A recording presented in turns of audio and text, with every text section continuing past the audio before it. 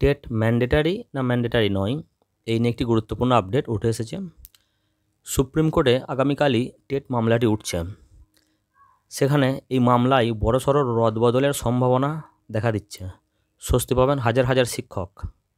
আগামীকাল 13ই অক্টোবর 2025 ভারতের সুপ্রিম কোর্টে শিক্ষকদের জন্য টেট বাধ্যতামূলক সংক্রান্ত একটি গুরুত্বপূর্ণ মামলার শুনানি হতে চলেছে। এই মামলার রায়ের উপর নির্ভর করছে হাজার হাজার শিক্ষকের ভবিষ্যৎ। এর আগে ত্রিপুরা হাইকোর্টের একটি রায়কে চ্যালেঞ্জ জানিয়ে এই মামলাটি সুপ্রিম কোর্টে ওঠে এবং এর ফলে 1 সেপ্টেম্বর 2025 টেট বাধ্যতামূলক সংক্রান্ত রায়ে বড়সড় পরিবর্তন আসার সম্ভাবনা তৈরি হয়েছে। এই মামলার সূত্রপাত ত্রিপুরা সরকারের একটি নির্দেশিকাকে কেন্দ্র করে। 2021 সালের 30 সেপ্টেম্বর সমগ্র শিক্ষা মিশন ত্রিপুরা একটি বিজ্ঞপ্তি জারি করে জানায় যে সমস্ত শিক্ষক এখনও টেট পাস করেননি তাদের প্রত্যেককে টেট পাস করতে হবে। এই নির্দেশিকার ফলে 2004 থেকে 2010 সালের মধ্যে নিযুক্ত বহু শিক্ষকের চাকরি অনিশ্চয়তার মধ্যে পড়ে আছে, কারণ ওই সময়ে টেট বাধ্যতামূলক ছিল না। এরপরেই ক্ষতিগ্রস্ত শিক্ষকরা ত্রিপুরা হাইকোর্টের দ্বারস্থ হন। দীর্ঘদিন শুনানির পর 2024 সালের 16 জুলাই ত্রিপুরা হাইকোর্টের ডিভিশন বেঞ্চে একটি ঐতিহাসিক রায় দেয়। ত্রিপুরা হাইকোর্ট তার রায়ে জানায় যে সমস্ত শিক্ষক 2001 থেকে 2011 সালের মধ্যে নিযুক্ত হয়েছেন এদের টেট বাধ্যতামূলক নয়। আদালত তার পর্যবেক্ষণে জানায় যে 2001 সালের NCTE বা national council for teacher education রেগুলেশনে টেটের কোনো উল্লেখ ছিল না।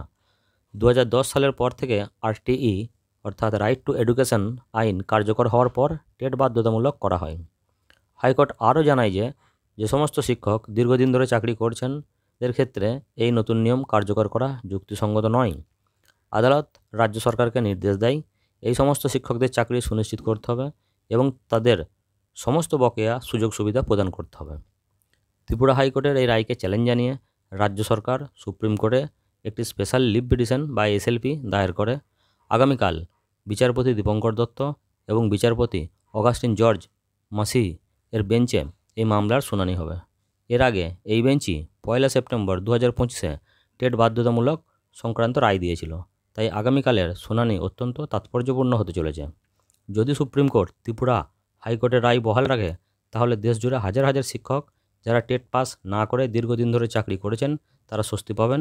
অন্যদিকে যদি সুপ্রিম কোর্ট হাইকোর্টের রায় খারিজ করে দেয় তাহলে এই সমস্ত শিক্ষকদের ভবিষ্যৎ অনিশ্চিত হয়ে পড়বে। এই মুহূর্তে সমস্ত শিক্ষক সংগঠন এবং শিক্ষামহল সুপ্রিম কোর্টের রায়ের দিকে তাকিয়ে রয়েছে। এদের আশা সুপ্রিম কোর্ট মানবিকতার খাতিরে এবং দীর্ঘদিন ধরে চাকরি করা শিক্ষকদের অভিজ্ঞতার কথা মাথায় রেখে এটি সঠিক সিদ্ধান্ত নেবেন। এই মামলার রায় পশ্চিমবঙ্গের শিক্ষকদের জন্যও একটি গুরুত্বপূর্ণ দিশা দেখাতে পারে, কারণ এখানেও অনুরূপ পরিস্থিতিতে বহু শিক্ষক রয়েছে। এই ছিল আজকের আপডেট। ধন্যবাদ।